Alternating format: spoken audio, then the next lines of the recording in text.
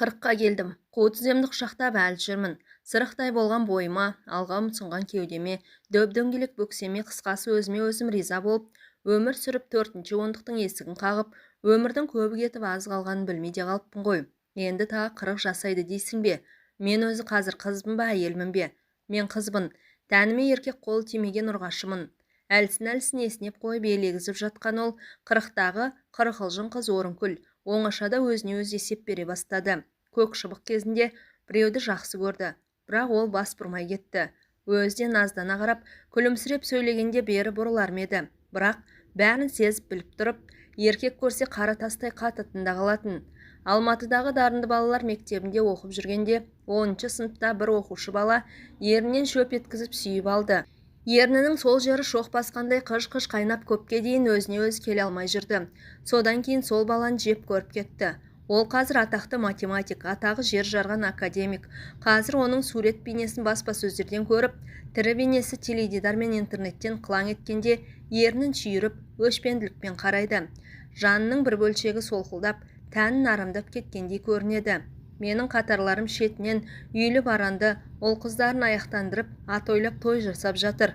Аттестат ала салып атқа қонып үшке бітіре сап, үй болғандар немере сүйіп отыр. Мен сол алгебраның соңына түсіп, жай бөлшекпен AX-ті айналсоқтап жүріп, не есептің түбіне жете алмадым, не өмірден теңімді таба алмадым. Аурухананың жеке бөлмесінде жатқан Орынкүл күйініп кетті. Мұңын шертіп ақтарылайын десе, айналасында ешкім жоқ. Бір бөлмеде бір өзі. Жалғыз адамдық бөлмеге жат жұртта қалғандай жатқызып қойғанын қарашы. Бас жағында томпиған 4 бұрыш тумбочка, үстінде сорайған сарағаш бөтелкесі, қасында бөтелкені күзеткен жалғыз жылтыр стакан. Жалғыздықтың бәрін бір басыма жазып қойған екенде деп, өмірден өтіп кеткен анасын кінәлады. Шешесі қандай болса қызы да сондай. Шешесін көріп қызын ал дейді. Топырақ жамылғанына 10 жылдан асқан анасы өмірі отбасы туралы сөз қозғап, бір басыңды екеу қыл деп айтпапты. Өзі 10 бала туған батыр ана. 10 баланы асырауда оңай деймісің? Тек сырқат жеңіп, көз жұмардан бір апта бұрын басында күзетіп отырғанда, сенің де арғың тартылуға таяу деді күбірлеп. Ол кезде сыбай салтаң жүрісі өзіне ұнайтын. Тіпті баласының боғына тайып жығылып жүрген құрбы құрдастарын көрсе, жирене қарап, өзін солардан екі ел болса да артық санайтын. Сөйтсем, мен ақпай қалған арық секілді суға сусаған сорлы екенмін ғой деп, жаны ауырып, пышаққа түскенде ғана өзінің осы жүрісіне есеп бергендей болып елегізіп жатыр. Бала шаған болса көң құрғатпай артымнан ағылып келіп жатар еді. Кезекпе-кезек басында отырар еді. Пышаққа түскенше 10 күн дайындады. Ең жақын деген 2 жеңгесі, олардың бала шағасы келді. Пышаққа түсіп, ота жасағасын үлкен жеңгесі бір рет бой көрсетті. Содан кейін бір партада отырған сыныптасы келді. Онымен де шер тарқатып сырласқысы келіп еді. Кішкенемді балабақшадан, үлкенімді мектептен алуым керек деп, өпеліктей ұшып қонып тез кетті. Ол айналасындағылардың бәрін кінәлай бастады. Әркім өзі үшін өмір сүреді екен ғой. Кешегі ха-ха күлкі, оңашадағы құйқылжыған әңгіме, тыртыңдап билеген көңілді кештердің бәрі қол бостағы қимыл құбылыс екен. Отау тігіп, от жаққасын әркім өзінше, шығарда жаны бөлек, достарың да бөліктеніп кете барады екен. Сенің ең жақының, неке суын бөліп ұрттаған серігің мен тұла бойыңнан жаралған перзентің екен деп, Орынкүл шекесіне сұқ саусағын ұшын қадап, қиял кемесі орнынан жылжи бергенде, анасының мүләйім даусы құлақ түбінен сызылып, естілгендей болды. Ол да сонда өзі секілді төсек тартып, ыңырсып жатқан. Сонда анасы айтқан жалғыз ауыз сөздің жауабын іздеп өз жанын өзге тергеуге салды. Арығың да тартылуға таяу. 30-дан асса да соған мән бермепті. Енді ойласа, бұл сөз қыз құзырың бітіп, перзент әкелер жолың жабылып, енді қайтып етегіңді көтермейтін саха ел болдың деген сияқты. Ол көшедегі суы тартылып, қаңсып тұрған арықты көз алдына келді. Шөп шалам, өсіп күл қоқыстан көрінбей қалған лас арна жүрегін айнытты. Оның қасындағы сылдырлап су ағып, жыбыр-жыбыр майда толқындар лекіген арық қандай көрікті. Одан аққан су қауындықтағы көк пәлекті көмкеріп, жеміс-жидекті құлпыртып, әсіресе есік алдындағы қос түп өрік гүл ашып, жұпар шашқанда дүние өзгеше түрге еніп келетін. Осы көріністің бәрін көз алдынан таса қылып Алматыға кетіп, дарынды балалар мектебінде оқып оны тауысқанда неге жеттім? Оның көз алдындағы тағы да тақтаға бормен жазылған AX2 елестеді. X математикадағы белгісіз мөлшер болса, Мен өмірдегі шешуі жоқ жұмбақпын. Айық жұмбағы көп өмір болса, шекесіндегі екі сан сияқты екеу болып, біреумен қол ұстасқанымда ғой. Сол екі саны мен үшін тек тақтадағы жұмбақ екісінің шекесінде тұрып қалды деп, өкінішіне толы, ойы он саққа бөлінгенде, есікті серпіле ашып, емдеуші дәрігер Орынбай кіріп келді. Жаңағы жан ауыртқан қиял мен әртүрлі елестер сытылып кетіп, айналасы аппақ әлемге малынып, қарсы алдында орта бойлы, дембелше келген ат жақты құс мұрын жігіт тұрды. Қалай Орынкүл қыз деді де, Әй-шайға қарамай, үстін жапқан ақ жайманы сыпырып тастап, қарының ота жасаған жерін алақанымен басты. Осылар оташылар ятсыз, ең болмаса ішіңді аш деп айтпай ма? Әй-шайға қарамай жамылғыны жұлып алды. Жұрттың бәріне сөйте ме екен? Әлде тек мен ғана басына ма екен? Басы бос, ешкімі жоқ сорайған соқа басы деп басынатын шығар. Алақанын тыртық боп бітіп келе жатқан жараның орнында қойғанда жаны жай тапты. Алақаны қандай ыстық, әлде келерде бірдеңе жағып келеді ме екен? Дәрігерлердің өз заңы бар ғой. Орынкүл жалғыз басты болғасын ба, күдігі соңынан ілесіп жүреді. Әлде сенер ешкім болмай, әр нәрсенің әрісін ойлап үйренгендіктен бе, қашанда ақиқаттың қасынан күдік іздеу өзіне өзі келіп, кәрі қыз атанғалы бергі дағдысы. 3 күннен кейін шығасың. Шығардан бір күн бұрын айтамын. Бір рет көк дәрі жағамыз. Сосын көк дөнендей бүлкілдейсің деп тез-тез сөйледі де шығып кетті. Жауырыны қандай жалпақ, қолы қандай ыстық, бірақ осы кісінің сөз сарына түсіне алмайды. Әсіресе алғаш алдына барғанда ештеңе қалмай дал болған. Өзінің күн сайын аяғы ауыр әйелдерде іші көтеріліп келеді. Ол бірден неше айлық деді. Бұл жауап бере алмай бұйығып, басын төмен сала берді. Неше айлық деймін? Неше айлығы несі? Мен екі қабат емеспін ғой. Шын ұстап көрді де, ешқандай демалған белгі білінбейді. Басқа жағын демалып тұр. Ол да шаршаған дегенде өң жүзі алаулап жерге кіріп кете жаздады. Анализ тапсыр деп тілдей қағазға бірнеше жолдама жазып берді.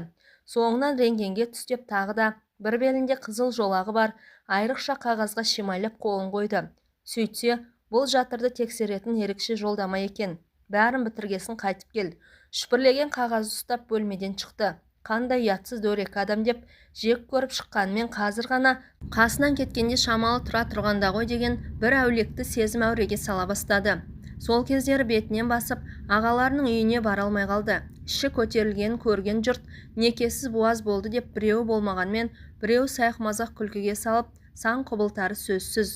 Үлкен жеңгесі оңашада, аяғың ауыр емес пе деп таң қалып, әрі қайсар қайын сіңілісінің табиғатына жат қылықты жақпай қалам ба деп жалтақтап сұрап еді.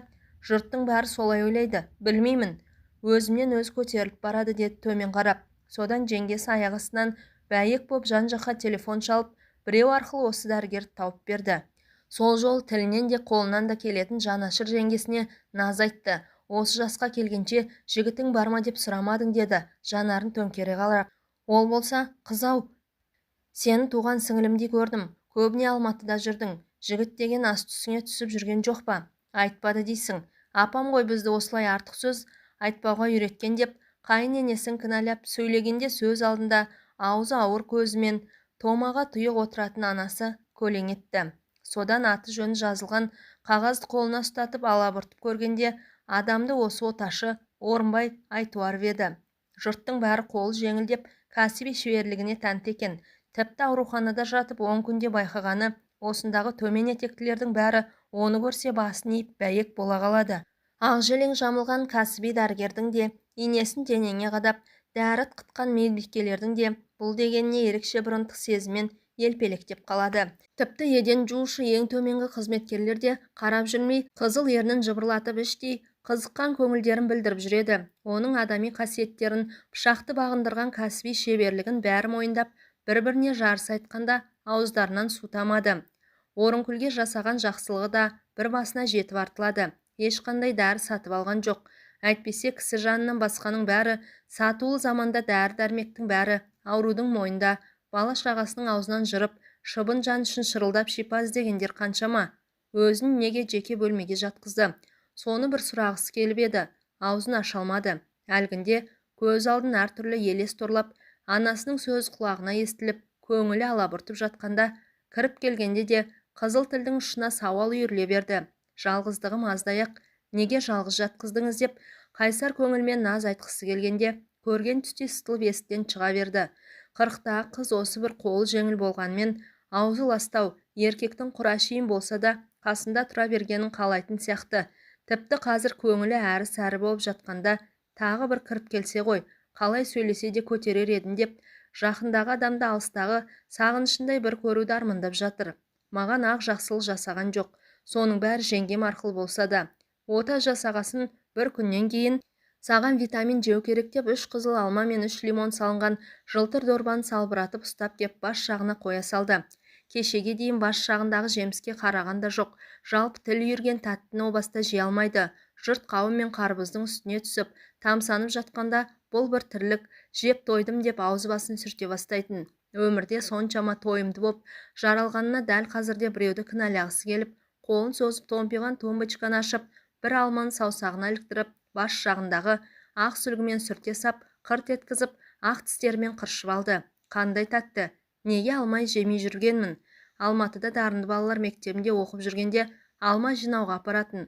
Сонда жұрттың алма жеуден ауыз тынбайтын, сөмке-сөмке қылып жатын орынға келетін. Бұл бір алма жеп, бір артық алма алған емес. Мынау қандай тәтті, иісі қандай керемет.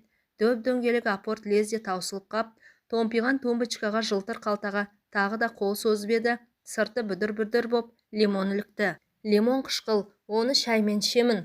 Орынбай ағай бір нәрседе жемеймін деп тағы бір алманы алып, асыға қырт еткізгенде маржандай тісі майдалана кесіп түсті. Бұл да тәтті екен. Қазір Орынбай ағай әкелген лимонмен шай ішемін. Ол жаймен кереуеттен көтерілді. Іші төмен түсіп, бұрынғы сыптай қалпына келіпті. Бұл жатыр түтікшелерін қаптаған сарсу, содан ісік пайда болған. Бұны сылып тастаймыз деген Орынбайдың даусы құлағына келді. Сөз бұйдайға салмай сылып тастады. Бұл неден пайда болған кесел деп, ота жасардан бір күн бұрын қасына келіп, көңіл күйін білгенде сұрап қалды. Бұл табиғи қажеттілік бұзылғаннан болады. Түсіндің бе? Жоқ деп есеп шығарғандай нақты айтты. Әйелдік міндетіңді уақытылы орындамағаннан болады. Тағы да төмен қарады. Бұл кісі менің қыз екенімді білмей ме? Әрине білмейді. Мен де бір деп өзін-өзі кінәлады да, не де болса, ағам мен жеңгемнің алдына ішім көтерілмей тезірек жетсем екен деп асықты. Тай-тай басып қызыл еденге табанын тигізді. Қазір әжетханаға барып келгесін лимон сап шай ішем. Лимонның дәмі қышқыл, сонда да ішем. Ішіп отырғанымды көрсе ғой, тіпті бірге ішсе ғой деген масаң сезімде мазалап, маңында шыр айналып жүріп алды. Бір тәтті бір ащы екенін біліп тұрып, бірге әкелгенін қарашы. Менің тірліктегі үлесім осындай ғой деп, әдеттегідей кәрі қыздың әуенімен бастай берді де, өзіне өзін сап тыйылды. Ащы болса да ішемін, өзі әкеліп тұр ғой. Есікке жақындая бергенде босағадағы үйрек тұмсық дәрет сындырғышты көріп, жиіркеніп кетті. Бұны да көрдік. Енді барар жерге өз аяғымен барамын. Кеше келгенде енді тұруға болады дегенсің. Сықырлап есік ашылды. Отадан кейін аурудың өз аяғымен жүріп, әжетханаға бару үлкен олжа. Бұл дәрігердің мерейін өсіреді. Дәліздегі мейірбике бөлмесінің есігі ашық. Өз деген Орынбай ағасы екі ақ желеңдінің ортасында жайбарақат шай ішіп отыр. Тай-тай басқан сәбидей қызыл еденді қуана басқан емделушіні көріп, ол да қуана қарады. Бүгін тай-тай бассаң ертең аяғыңды көтересің деп, бұған қарап айтқан дөрекі сөзі ызыңдап, құлақ түбінен өткен кезде оны қасындағылардан қызғанып кетті. Кібіртіктеп басып бара жатса да жан дүниесі атойлап, анау бірге шай ішкеннен екі әйелден арашылап алғысы кеп, бойына ересен бір күш бітіп, адымын ширата түсті. Орынкүл моншадан келді. Пышаққа түсіп ота сәтті болып өзіне өз келгелі, ағыл-тегіл боп терлеп алғаш жуынуы. Жатыр қуысынан түйдек-түйдек арам ет пен сарсу шығыпты. Кесел кеткесін тұла бойы жеңіл тартып, ауырлықтың бәрі артта қалып жаны жай тапты. Басқан ізін аңдып жүретін қазақы жердің жеңіл ауыз сөз уарлығына да мысал болмай, пәледен тез құтылды. Аға жеңгеңнің ар-ұятына масыл болмай, бәрінің сәтін салды. Ол осы үшін ақ оташы Орынбайға ырза. Тіпті өзін оның алдында өтелмеген парызы бар пендедей сынайды. Ырзалығын білдірмей, десе көңілі ырық бермей, оның алдында тілін тістеп қалады. Моншаға терлеп түсті. Арам тер қысып барады. Ағыл-тегіл боп бітеліп қалған нүктенің бәрі ашылды. Буға кірмес бұрын тазаланып, тұла бойындағы кір атаулыны кетірді. Иіс сабын жағып, жөкені көпіріштіп алып, әлсін-әлсін сымдай тартылған денесін сықылады. Қарын тұсында тартылған қол басындай сызық бірте-бірте көмескеленіп барады. Тіпті пышаққа түскенін қадалып қараған көз болмаса, екінің бірі біле бермейді. сол дене тыртығын